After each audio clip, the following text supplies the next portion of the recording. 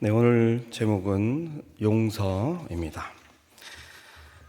우리에게는 불편한 진리가 있습니다. 오늘 본문의 주제인 용서라는 것이 우리의 삶에서 어찌 보면 가장 불편한 진리일 수가 있습니다. 내 원수의 악행에도 불구하고 성경은 용서하라고 이야기합니다. 우리의 몸과 마음을 모두 힘들게 하죠. 용서를 하다 보면 때로는 스트레스를 받아서, 때로는 극도의 스트레스를 받아서 신체가 병들기도 합니다.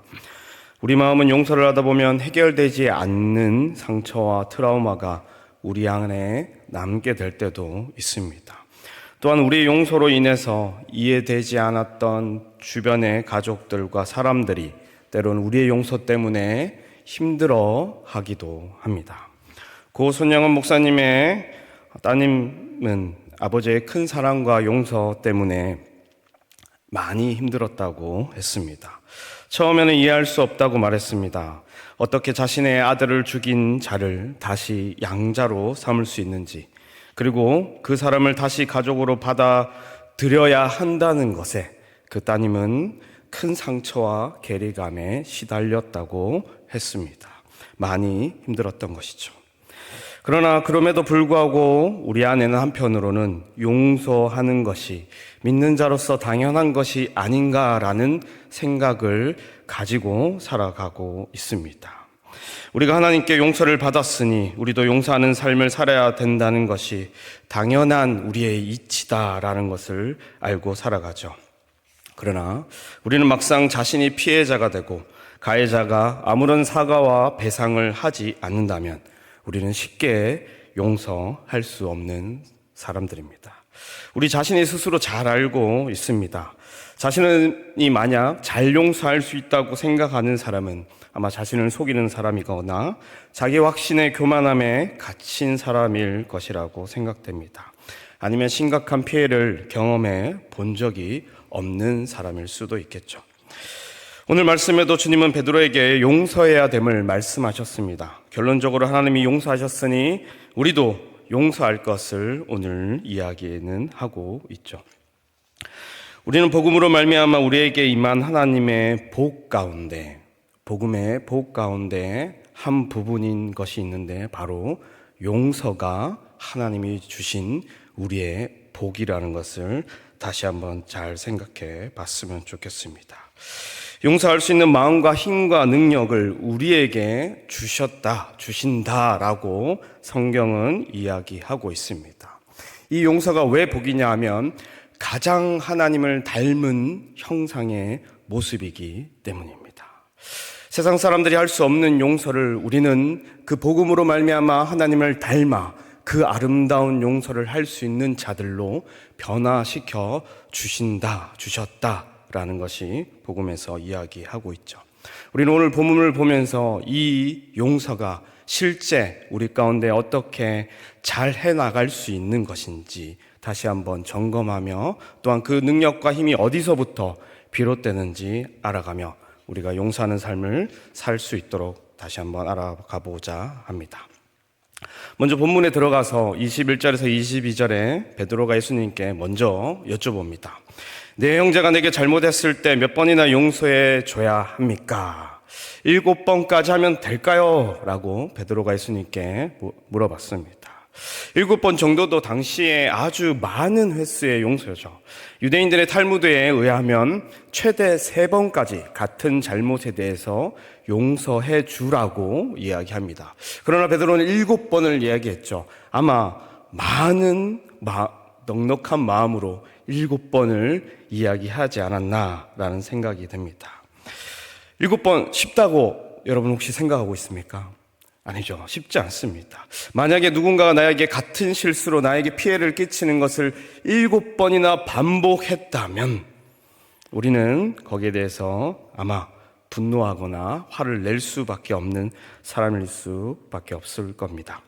직장이나 가정에서 만약 동료나 후임이 아니면 자녀나 남편과 아내가 7번이나 같은 실수로 나를 정말 힘들게 했다면 여러분은 용서해 줄 수 있을까요?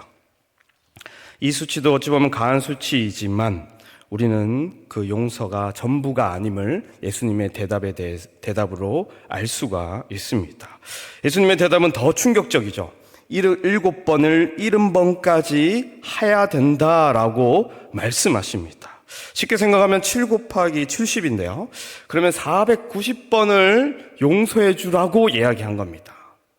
그러면 얼마나 많은 용서를 해야 될까요? 하지만 이 숫자는 그냥 숫자에 불과합니다. 예수님이 말한 의도는 횟수를 따지지 말라라는 뜻이었죠. 내 형제를 용서해 주기 위해서는 그 횟수에 상관없이 우리가 한없이 그 용서를 베풀어야 되는 자들임을 예수님은 이야기해 주셨습니다. 그리고 한 비유의 이야기를 들며 용서의 당위성과 용서를 선택할 수 있는 힘의 원천이 어디에서 나오는지 오늘 이 이야기, 예수님이 말한 비유적 이야기를 통해서 우리는 알 수가 있습니다. 예수님께서 말씀하셨죠. 종이 왕에게 1만 달란트를 빚졌다라고 이야기하셨습니다. 아마 모든 학자가 지적했듯이 이 금액은 현실성이 없는 금액이죠.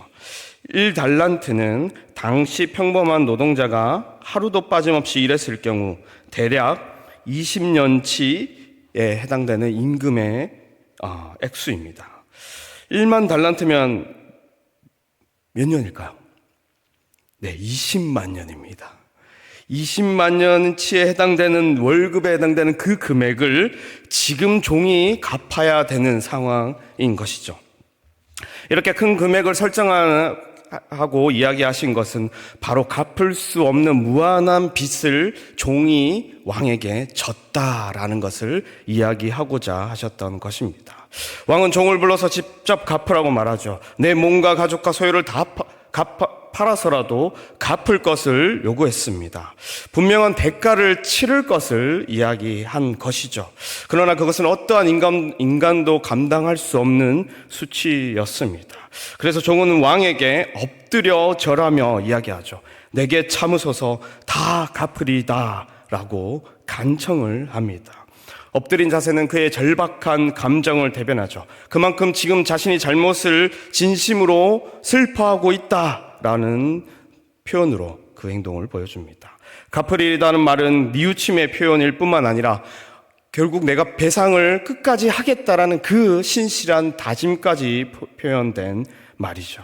그러나 중요한 것은 종이 아무리 열심히 해도 왕과 그 나라가 잃은 돈을 결코 다시 되돌려 놓을 수는 없었습니다. 이에 왕은 불쌍히 종을 여겨 그 빚을 탕감해 주죠. 그에게 대가를 치를 책임과 의무를 벗어나게 해줍니다. 그러나 이 사면은 간단한 일이 아닙니다. 여러분이 생각하기에 왕이니까 그냥 사면해줘도 된다, 그 빚을 없던 걸로 해줘도 된다라고 쉽게 생각해 볼 수도 있겠지만, 누군가의 빚을 탕감해 준다는 것은 누군가가 반드시 그 빚을 부담해야 된다는 이야기라는 것을 기억해야 합니다. 왕은 자신이 이 빚의 책임과 부담을 지겠다고 이야기한 것이죠. 그렇게 해서 사면을 준 것입니다. 결코 쉽게 선택한 결정이 아니었습니다. 왕이 무한히 돈이 많은 자가 아니었습니다. 나를 위태하게 할 수도 있는 아주 큰 금액의 액수였죠. 왕국이 파산할 수도 있는 그 큰 금액을 사면해주고 그 빚을 왕이 감당하겠노라라고 이야기한 것입니다. 이것을 용서했다라고 표현하는 거죠. 용서한다는 것은 잘못의 대가가 가해자 쪽에서 피해자 쪽으로 넘어온다는 뜻입니다. 성경이 말하는 용서는 잘못의 대가가 가해자 쪽에서 피해자 쪽으로 넘어온다는 뜻입니다. 그 대가를 피해자인 왕이 감당한다라는 것이죠. 용서는 그래서 자발적인 고생입니다. 힘들죠. 복수하지 않고 책임을 묻지 않는 것은 결국 그 대가를 자신이 감당해야 되는 것을 선택한다라는 것입니다. 왕이 이 선택을 한 것이죠. 그렇게 사면을 받았습니다. 그런데 놀라운 장면이 그 다음에 일어났죠. 종이 밖으로 나가서 자신에게 빚진 동료를 만났을 때 하는 행동이 아주 어처구니 없는 행동을 우리는 보게 됩니다. 자신에게 100데나리온의 빚을 진 동료의 목을 잡습니다. 이 100데나리온은 3개월치에 해당되는 1급 품삯의 금액입니다. 이 금액을 빚져서 그의 목을 잡고 비틀며 갚으라고 이야기한 것이죠. 근데 그 동료가 그 전에 왕에게 보였던 그 종의 태도 그대로, 그 멘트 그대로 이야기합니다. 나에게 참아주소서 갚으리이다 라고 이야기하죠. 그런데 이 종은 그 동료를 당장 옥에 가두게 됩니다. 용서받은 종이 왕에게 보인 반응과 똑같이 그의 동료가 했음에도 불구하고 용서받은 종은 왕의 선택과 다른 선택, 완전 상반된 모습을 보였던 것이죠. 이 소식을 들은 왕은 종을 불러 다시 책망합니다. 네가 어떻게 그렇게 행동할 수가 있느냐? 내가 내 빚을 모두 다 탕감해 주었는데 어떻게 너는 너희 동료의 그 작은 빚 또한 탕감해 주지 못하고 감옥에 가두었느냐라고 말씀하신 것이죠. 너에게 아낌없는 자비를 베풀었는데 그 자비를 받은 사람이 어떻게 그렇게 모질고 인색하게 다른 사람을 대할 수 있느냐라고 이야기한 것과 같습니다. 그리고 나서 왕은 그 빚을 다 갚도록 하며 종을 감옥에 가두게 되죠. 예수님은 이 이야기를 끝에 이렇게 말씀하시죠. 너희가 각각 마음으로부터 형제를 용서하지 아니하면 나의 하늘 아버지께서도 너희에게 이와 같이 하시리라. 이 이야기의 메시지를 파악하는데, 중심 주제를 파악하는 데는 아주 어렵지 않습니다. 표면적으로는 하나님께서 우리 모두를 용서해 주셨으니, 그분의 십자가 죽음으로 말미암아 예수 그리스도로 말미암아 모두 용서해 주셨으니 우리 형제들을, 우리 이웃을 용서해 주는 것이 마땅하다라는 메시지를 오늘 이 본문의 이야기를 통해서 해주고 있다는 것을 우리는 알 수가 있습니다. 하나님께 모든 은혜와 자비를 받았으니 너희도 너희에게 잘못한 자들에게 그 은혜와 자비를 베풀어라고 예수님이 말씀한 것이죠. 그런데 중요한 것은 여기에 문제가 있죠. 어떤 문제가 있습니까? 그 은혜를 받은 종인데도 불구하고 그 동료의 목을 잡고 그 작은 금액의 빚을 받아내고자 용서해 주지 않는 모습이 보였다라는 게 중요한 문제, 화두의 내용인 것입니다.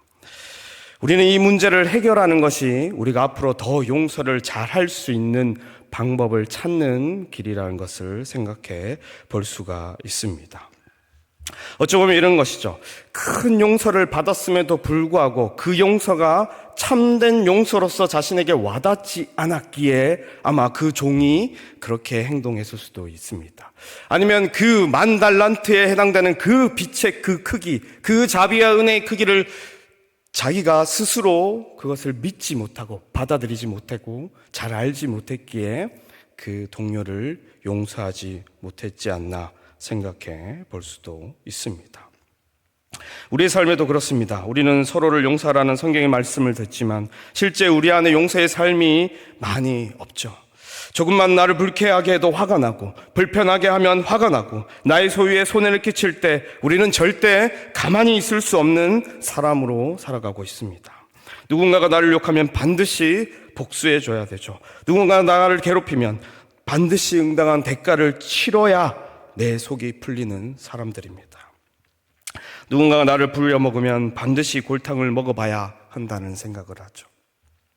우리는 왜 이런 생각들을 하게 되는 걸까요? 이것은 종이 가지고 있는 문제와 같은 선상에 있음을 생각해 봐야 될 것입니다. 아마 용서의 복음을 제대로 믿지 못하거나 그 은혜를 경험하지 못했기 때문이라고 할 수가 있습니다. 두 가지로 정리하자면 하나는 하나님께 받은 용서를 자기 위주로 잘못 받아들였거나 두 번째로는 우리가 아직 하나님의 용서의 크기를 잘 알지 못하기에 우리 안에 용서하는 마음이 그렇게 쉽게 나오지 않음을 생각해 봐야 될 것입니다. 이것을 바로 잡아야 우리도 더 용서할 수 있는 자가 된다라는 것이죠. 첫 번째로 우리는 생각해 봤으면 좋겠습니다. 우리가 복음적으로 하나님의 용서를 경험하며 받았는지 점검하여 다시 그 은혜를 올바로 받을 필요가 있다는 것을 생각해 봤으면 좋겠습니다. 만약에 하나님 앞에서 가짜 용서와 회개를 했다면 우리는 용서할 수 있는 사람이 되지 못합니다. 오히려 잘못된 방향으로 용서를 받은 자들은 다른 이들을 용서할 수 없는 자가 되고 자기 안에 갈등과 쓴뿌리들이 깊어지게 되는 부정적인 방향으로 자기의 삶을 살아가게 되는 것이죠. 지금 종이 받은 용서의 모습은 성경에서 명확하게 어떻다 저떻다 이야기를 하고 있지 않지만 결론적으로 그 종은 지금 동료를 용서하지 못했기에 앞에 무엇인가가 문제가 있다라는 것을 직시하며 우리는 우리 안에 받은 용서가 참되게 받았는지 다시 한번 점검해 봤으면 좋겠습니다. 그래야 하나님 앞에 올바른 용서를 받아야 하나님 법 앞에서 스스로 하나님께 대하여 강력한 죄인됨을 인식하고 그리하여 그리스도로 말미암아 죄를 용서함을 받을 때 우리는 참되게 용서함을 베풀 수 있다는 것을 기억했으면 좋겠습니다. 제대로 용서받지 못한 모습들이 어떠한 것이 있냐면 많은 사람들은 죄의 결과들로 인해 스스로의 삶에 고달픈 상황과 애환이 생김에 하나님 앞에 용서를 구하는 경우가 많다는 것을 생각해 봤으면 좋겠습니다. 쉽게 말해서 자기 연민으로 하나님 앞에 용서를 구하는 경우가 있다는 것입니다. 자기가 저지른 죄에 대한 그 하나님께 대한 그 죄책감과 하나님에 대한 그 불순종함에 대한 우리의 죄송함과 미안함이 아니라 죄로 말미암아 생긴 나의 상황 가운데 닥쳐진 결과들로 인해서 내 삶이 안타깝고 내 삶이 부족해서 하나님 앞에 용서를 구하고 있는 모습이라면 이건 용서의 방향성이 자칫 잘못 흘러갈 수가 있는 것이죠.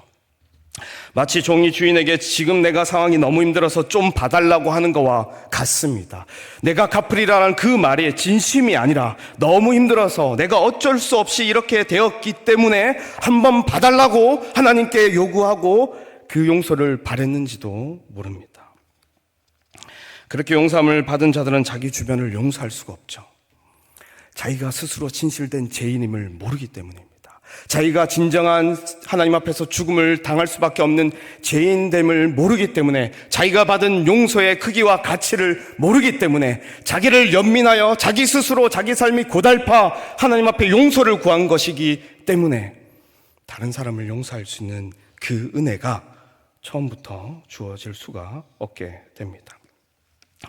자기의 부족함에 다른 사람이 피해를 입었을 때 자신의 부족함에 눈물을 흘린다면 자신의 죄 때문에 자신의 죄가 하나님을 아프게 하고 하나님께 큰 죄를 범하였음에 눈물을 흘리는 것이 아니라 나의 부족함에 다른 사람이 피해를 입어서 나 스스로가 불쌍하다는 생각에 하나님 앞에 용서를 구하는 것은 자칫 위험할 수 있다는 것을 생각해 봤으면 좋겠습니다. 기도하면서 눈물을 뚝뚝 흘립니다. 많이 흘리죠. 많이 흘리고 하나님 용서해 주세요. 근데 속마음은 자기 연민으로 가득 찼습니다. 하나님 앞에 진정한 죄인으로 서지 못했습니다. 진정한 가해자로서 자신을 받아들이지 않고 자기를 생각하지 아니하고 자기는 불쌍한 자라고 생각하며 용서의 눈물을 흘렸다면 다시 나가서 똑같은 잘못을 하게 될 겁니다. 사람은 그래서 모두가 변호사의 자질과 기질을 가지고 있습니다. 자기 죄를 줄이는 데 탁월한 능력을 가지고 있죠. 하나님 앞에 나갈 때도 그렇습니다. 면면이 자기 죄를 고백하지 아니하고 하나님 앞에 큰 죄를 저질렀음에 그 죄에 대한 마땅한 회개를 하지 아니하고 그렇게 자기를 변호하면서 눈물을 흘릴 때가 많다는 것이죠. 우리는 이를 잘 생각해 봐야 될 것입니다. 단순히 그냥 미안해서 흘리는 눈물 정도는 위험합니다. 참된 죄인으로서 눈물을 흘려야 그 용서를 받아야 우리가 다른 사람을 용서할 수 있는 그 은혜와 힘을 얻을 수 있음을 기억했으면 좋겠습니다.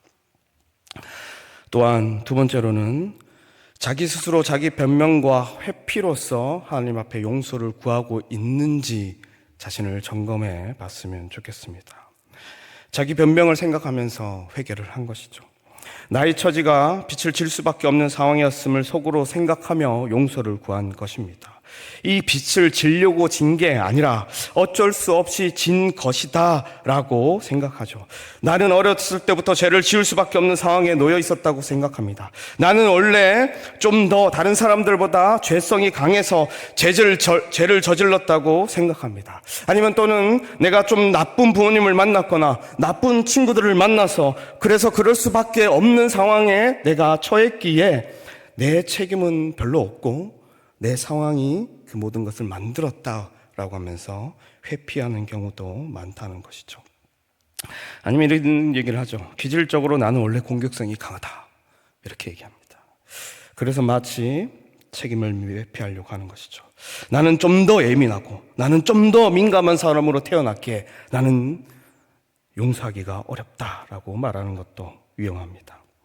결국 자기 변명식의 정당화를 통해 하나님께 앞에 용서를 구했고 그 마음 가운데 그런 마음으로 하나님 앞에 나아가 용서를 구했을 때 우리는 철저한 죄인으로서 용서함을 받은 그 은혜를 제대로 경험하지 못하게 되고 결국 다른 사람을 용서할 수가 없게 될 것입니다.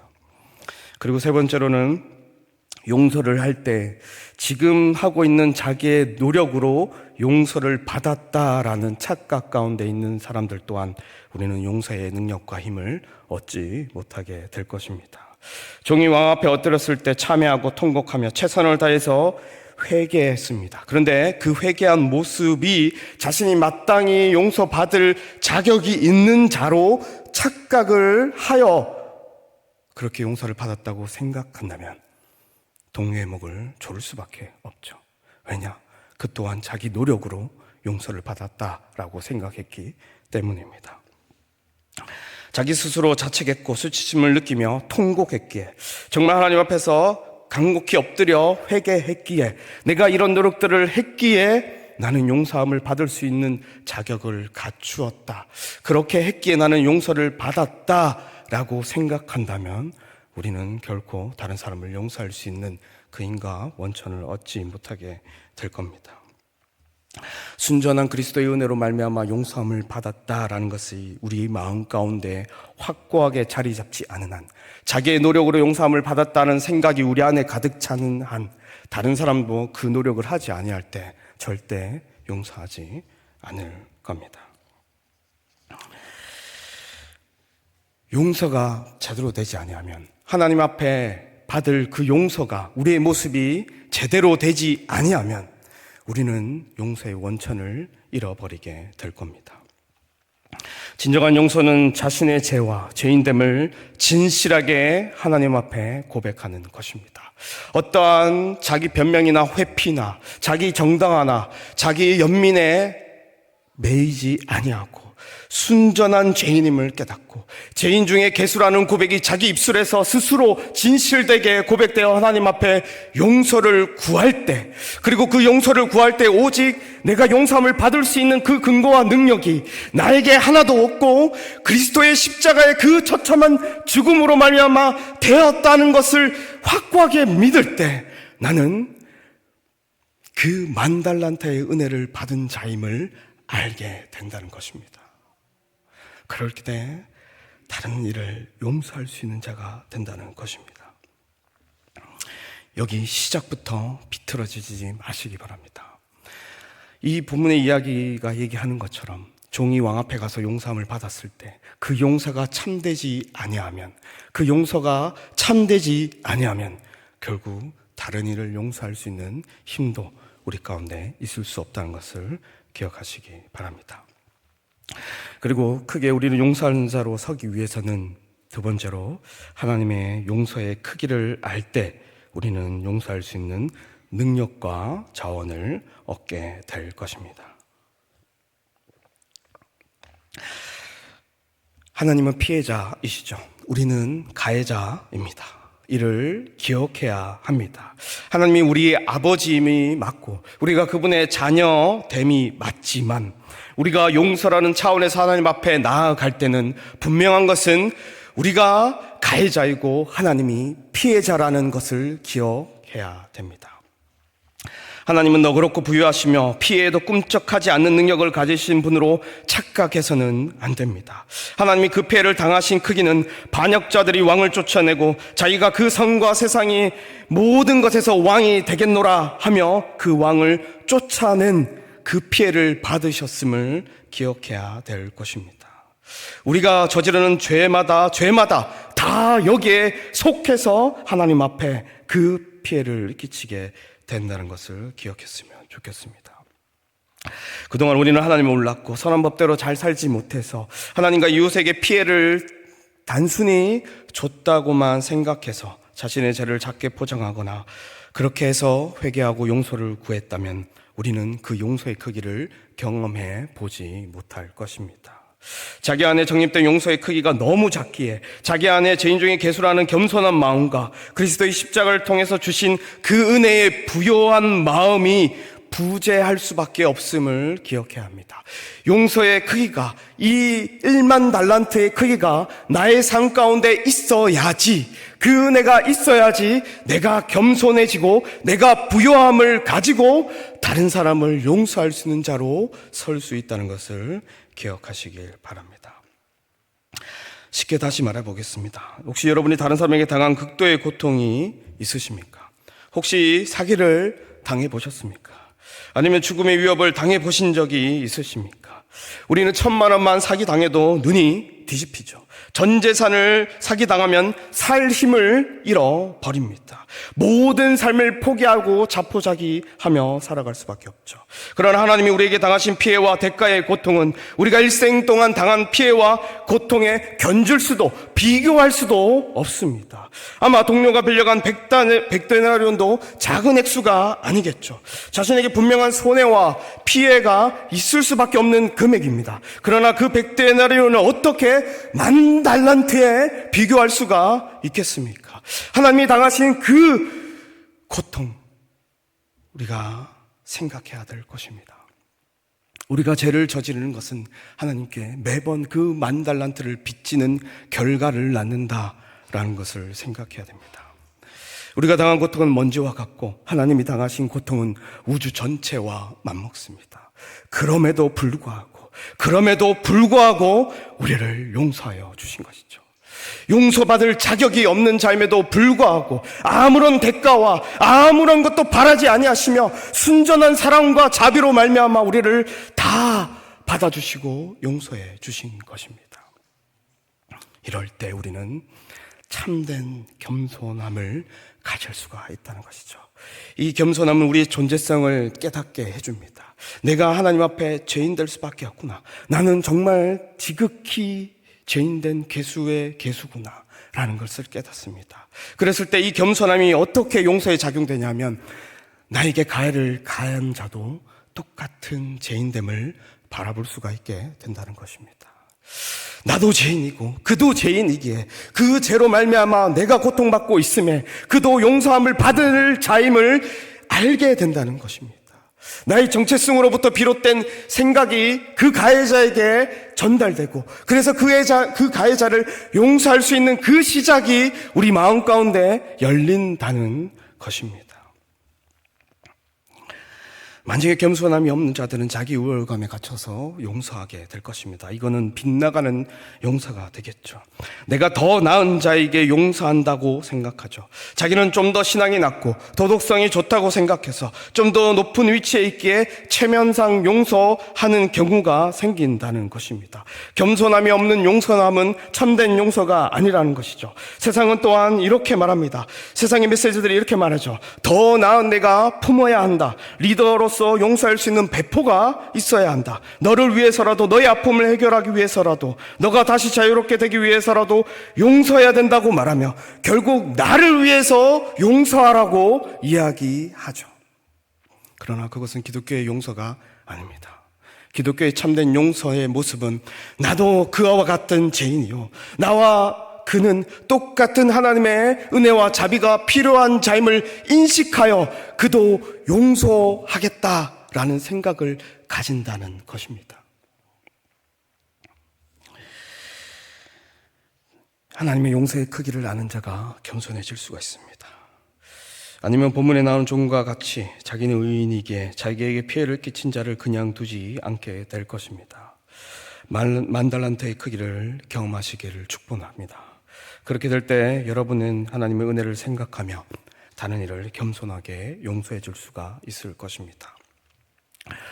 또한 이 만 달란트의 크기를 경험한다면 우리는 부요함으로 말미암아 다른 사람들을 더 넉넉히 용서할 수 있는 자가 될 것입니다. 새롭게 변화된 존재와 그 가치의 부요함을 알 때 우리는 우리에게 피해를 끼치는 것이 우리의 인생에서 모든 것을 좌지우지하지 않는 피해임을 알게 되고 그 부요함으로 용서할 수 있는 힘을 얻게 된다는 것입니다. 100데나리온에도 인색하지 않는 자가 된다는 것입니다. 내가 받은 은혜의 만 달란트의 크기를 알기에 이 100데나리온이 작은 것임을 알게 된다는 것이죠. 그래서 용서할 수 있는 자가 된다라는 것입니다. 제가 봤던 사람 중에 이 용서함을 부요함으로 베풀어 주신 분이 계십니다. 제가 잠시 캐나다에 머물 때 거기 작은 교회 목사님이셨습니다. 이 목사님이 이민교회 목사님이셨죠. 근데 이분이 아주 다른 사람을 돕는 사역들을 많이 하셨습니다. 이민을 돕는 사역을 하셨어요. 이 작은 교회가 요양원을 했는데 이 요양원을 통해서 워킹 비자를 내주었습니다. 쉽게 말해서 직업 비자를 내준 거죠. 그러면 이 직업 비자를 가지고 3년간 일을 하면 정식으로 이민을 절차를 밟아서 이제 이민이 될 수 있고 영주권을 얻고 시민권까지 얻을 수 있는 그 과정을 다 이 목사님이 이 교회가 다 도와주었습니다. 그래서 소문이 났죠. 여기 가면 영주권 얻을 수 있다. 그래서 모든 사람이 왔습니다. 사역자로부터 비롯해요. 평신도에 이르기까지. 캐나다 밴쿠버에 그런 소문을 들은 사람들이 교회로 왔습니다. 그리고 실제로 그 영주권을 얻게 되었죠. 근데 중요한 것은 뭐냐면 여기에 만족을 못합니다. 사람들이 교회에 와서 열심히 노력해서 그 영주권을 얻지만 결국에 뭘 하냐면 떠납니다. 실컷 다 영주권 마련해주고 실컷 다 뒷바라지 다 해주고 그 이민하는 절차 과정에 힘든 건 다 도와줬는데 다 나간다는 겁니다. 남아있는 사람들은 극소수였습니다. 그 교회도 노인분들이 한 30명이 되고 어른들이 한 10명, 애들이 한 10명에서 15명 된 교회였습니다. 젊은 사람들이 남지 않다는 겁니다. 다 나갔어요. 이민이 되어서 영주권을 얻은 자마다 다 나갔습니다. 그러면 무슨 마음이 들겠습니까? 안 해주고 싶죠. 매번 떠나는데, 매번 다 가는데. 근데 떠날 때 그냥 떠납니까? 아니요. 욕하고 떠납니다. 이 교회 어떻고 저떻고, 이 목사님 어떻고 저떻고 하면서 다 떠났습니다. 그럼에도 불구하고 그 사역을 멈추지 않으셨습니다.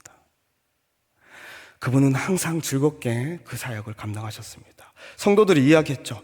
목사님 이제 그 사역 그만하십시다. 그만하시면 좋겠습니다. 우리가 계속 피해를 보고 어렵습니다. 목사님 마음 힘들지 않으세요? 라는 말을 성도들이 했죠. 그럼에도 불구하고 그 사역을 계속하셨습니다. 괜찮다라고 이야기하시더라고요. 자신에게 주신 은혜가 너무 컸고 천국에 소망되는 자로서 이 땅에 있는 모든 아픔과 힘듦과 어려움들이 결코 지나갈 거란 걸 알기에 헌신하고 수고하고 하는 것들의 열매를 당장에 맺지 못할지라도 괜찮다라고 하며 계속해서 그 사역을 감당하셨고 지금은 전라남도 진도의 밑에 있는 섬에서 선목회를 하고 계십니다. 전 일생을 바쳐 헌신하고 계시죠. 이 부유함을 가진 이 목사님은 넉넉함으로 배신을 여러 번 당할지라도 그 배신을 받아들이고 이 부유함으로 계속해서 섬기셨던 것입니다. 여러분이 이 부유함을 가질 때마다 우리는 덜 민감하게 될 것입니다. 덜 예민해지고 다른 사람들을 더 이해하고 받아들이고 우리가 소망하는 천국 가운데 그 복을 소망하며 더욱더 부유한 삶을 갈망하며 우리 안에 생기는 문제들과 우리 안에 피해를 입는 것들에 대해서 더 많은 신경들을 쓰지 않게 될 것이고 그래야 그 사람들을 용서할 수 있는 자들이 되게 된다는 것입니다. 이 부유함을 가질 때 이 만 달란트의 은혜를 부요함을 가진 자들이 바로 이런 용서를 할 수 있음을 여러분이 생각하고 믿으시기 바랍니다. 제가 볼 때는 손양원 목사님도 이 부요함을 가지지 않으셨나, 이 겸손함과 부요함을 가지셨기에 그 놀라운 일을 감당하셨다라고 생각이 됩니다. 말씀을 맺습니다. 용서하는 게 쉽지 않죠. 근데 너무 억지로 하지 마시기 바랍니다. 이렇게 말했다고 해서 용서 안 하겠다고 하시면 안 됩니다. 억지로 용서하는 것이 아니라 복음 안에서 용서할 수 있도록 더 노력했으면 좋겠습니다. 참된 복음을 받아들이고 믿음으로 말미암아 그 은혜를 누림으로 말미암아 용서하는 여러분이 되셨으면 좋겠습니다. 그래야 그 가해자도 피해를 입은 우리도 모두가 유익을 누리게 될 것입니다. 용서함은 내가 구원받은 증거로서의 확실한 모습인 것입니다. 또한 진정한 용서가 되었을 때 우리는 다시 진실된 관계를 회복할 수가 있는 것이죠. 때로는 천천히 진행될 수도 있습니다. 하지만 모두가 다시 화해와 화목을 누리며 화평 가운데 회복을 얻게 될 것이죠. 결국에는 참된 용서를 베풀 때 우리는 나의 분노와 나의 그 분노로 말미암아 생기는 잘못들의 악행을 행하는 그 감옥에서 벗어날 수가 있습니다.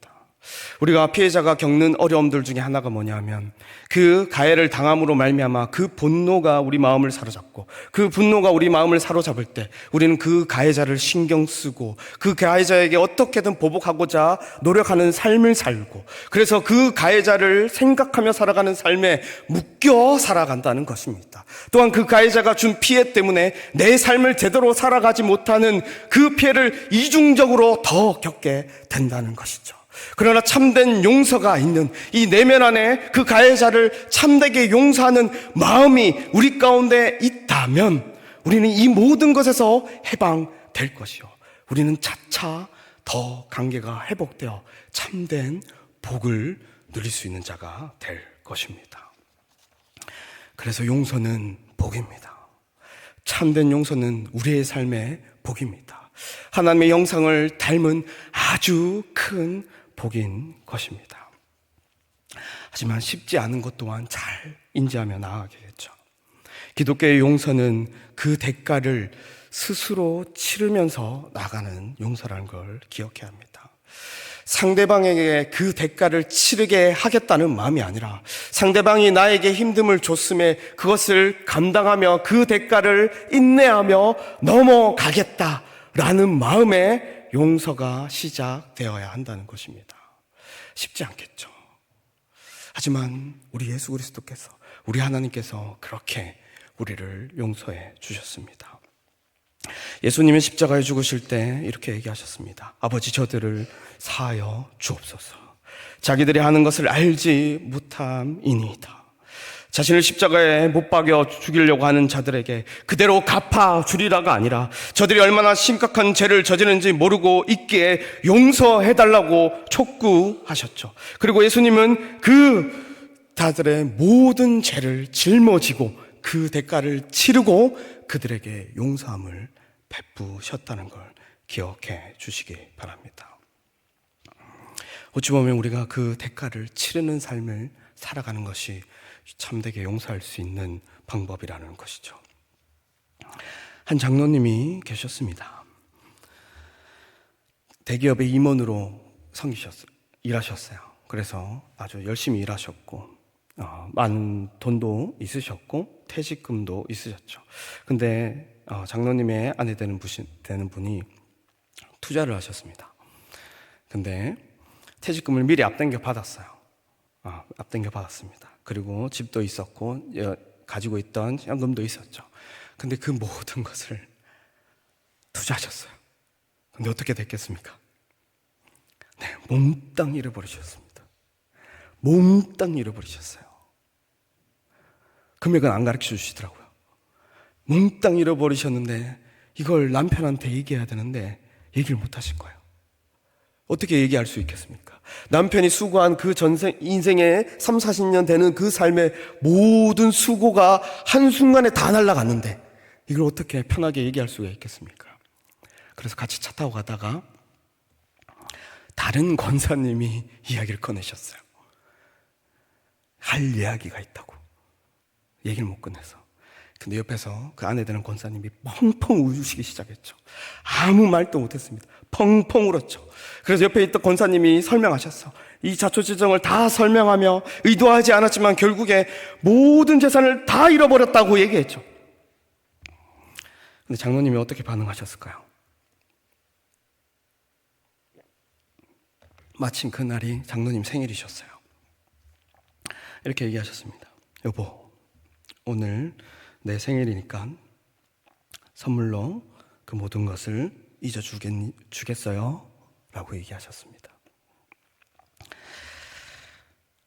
너무 충격적이었어요. 그 얘기를 듣는데. 어떻게 화를 안 낼 수가 있을까? 어떻게 그 순간에 화를 내지 않고 당황하지 않고 어떻게 그것을 잊어달라고, 그걸 선물로 달라고 이야기할 수가 있을까라는 생각을 했습니다. 근데 이 말만 쉽죠. 어쩌면 말하는 건 쉬울 수도 있습니다. 근데 중요한 것은 뭐냐면 그 장로님이 앞으로의 삶을 모두 다 감당해야 된다는 겁니다. 자기가 노후를 살려고 준비했던 모든 것에 그 노후의 삶을 본인이 이제 다시 감당해야 되는 삶을 직접 살아야 된다는 것이죠. 다시 가정을 책임지고 살아야 되는 모든 가정을 처음부터 다시 시작해야 된다는 것이죠. 근데 그걸 감당하시면서 이야기하신 것이죠. 다시는 그 얘기를 꺼내지 않으셨다라고 이야기하셨어요. 참된 용서는 그 잘못을 다시 꺼내지 아니하고 그 모든 것을 감당하며 용서하겠다는 마음으로 받아들이는 것이죠. 그 모든 일을 행하셨던 것이고 그 부부의 관계는 깨지지 아니하며 다시 화평 가운데서 계속해서 이어질 수가 있었습니다. 참 쉽지 않을 수도 있습니다. 피해를 감당하는 것이 쉽지가 않죠. 그러나 우리는 하나님의 주신 한량없는 은혜를 기억하며 살아가야 됩니다. 그렇게 할 때 우리는 용서하고 화해할 수가 있는 것이죠. 용서만 마냥 해서는 안 되겠죠. 용서하기도 하고 내면적으로 그 가해자를 용서하지만 결국에는 그 잘못된 것에서 차차 때가 됐을 때 좋은 겉면으로서 돌이키게 하는 것까지 우린 참된 용서와 화해라고 이야기할 수가 있습니다.